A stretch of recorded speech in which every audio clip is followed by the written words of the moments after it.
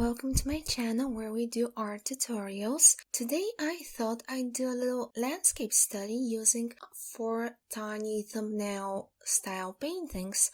So I start by taping down my sketchbook, my sheet of paper on the sides, and then I divide into 4 equal sections. I already have basic sketches laid down with graphite. And I go over with an eraser, especially over the skies, since watercolor and watercolor pencils are transparent and you'd be able to see the black lines if I do not erase them. I cover the upper half of the first one with some ultramarine blue and the lower half with an earthy green tone. I have this little pathway that I cover with raw umber. And by the way, all of the reference pictures that I have used will be down in the description box for free, and you can download all of these basic graphite sketches from my Patreon page for any of the tiers I currently offer there.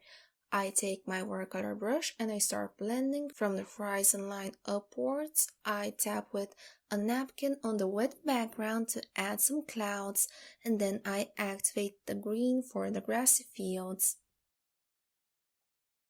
I've added a bit of darker brown on the sides of the path. That way it casts a shadow where the grassy fields end, and I go over the path.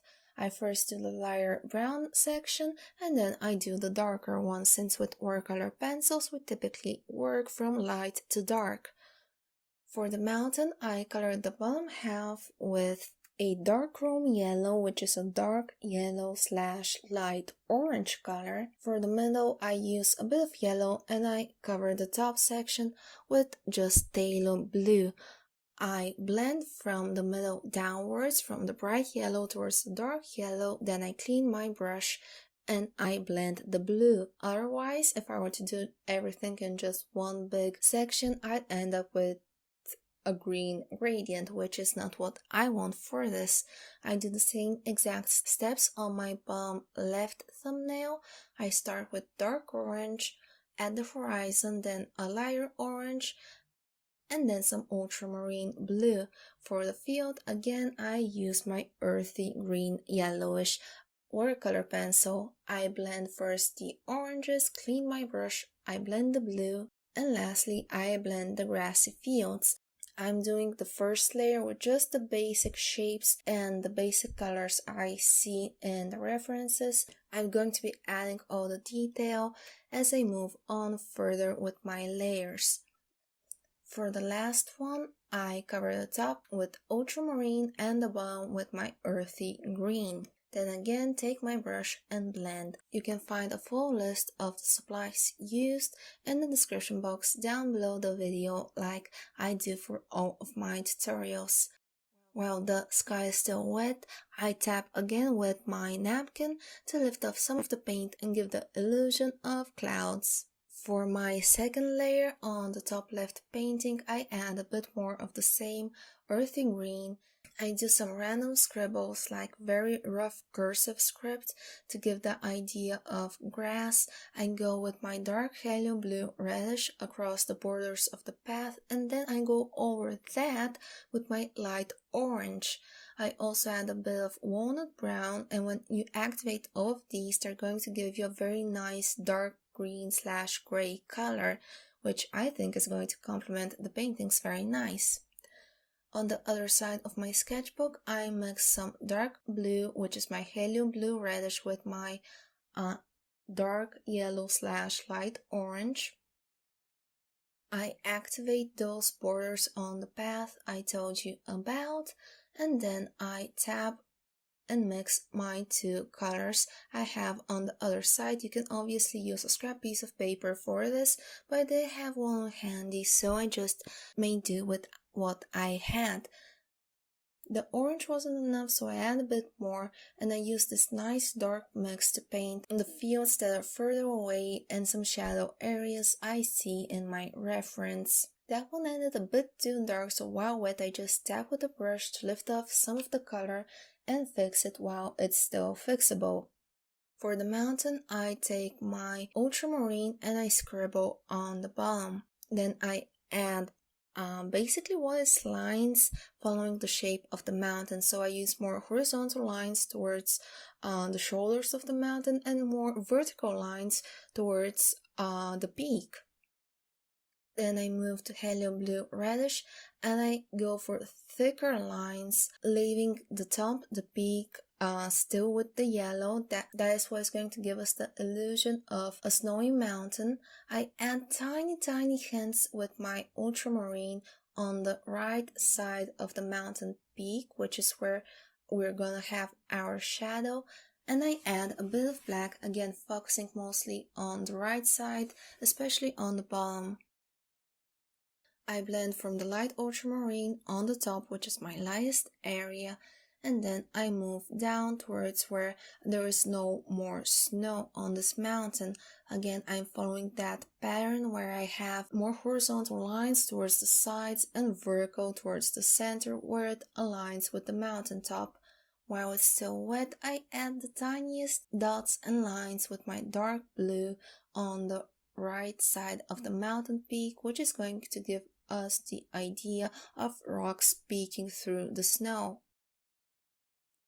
Then with black I just scribble some tree branches on the top angles. I mix another batch of my dark ultramarine blue with my dark chrome yellow, and I color the tree trunks you see on the bottom right with some Venetian red. You could just use any brown or even an orange for this.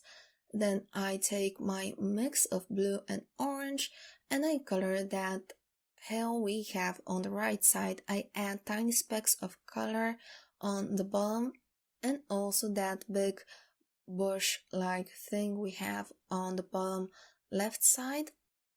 I add about 3 dots in the center, which are going to be tiny trees up in the front. You see what I mean? Layer on, and using that mix I add a small hill/forest at the horizon of my bottom right painting, and I add these random horizontal strokes over the grassy field, which are going to give us the idea of shadows for the grass.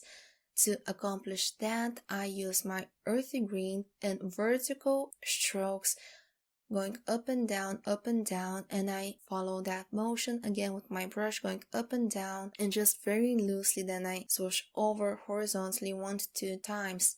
That is going to give the idea of grass blades, and in my opinion it looks very nice, much nicer than what we had going on before.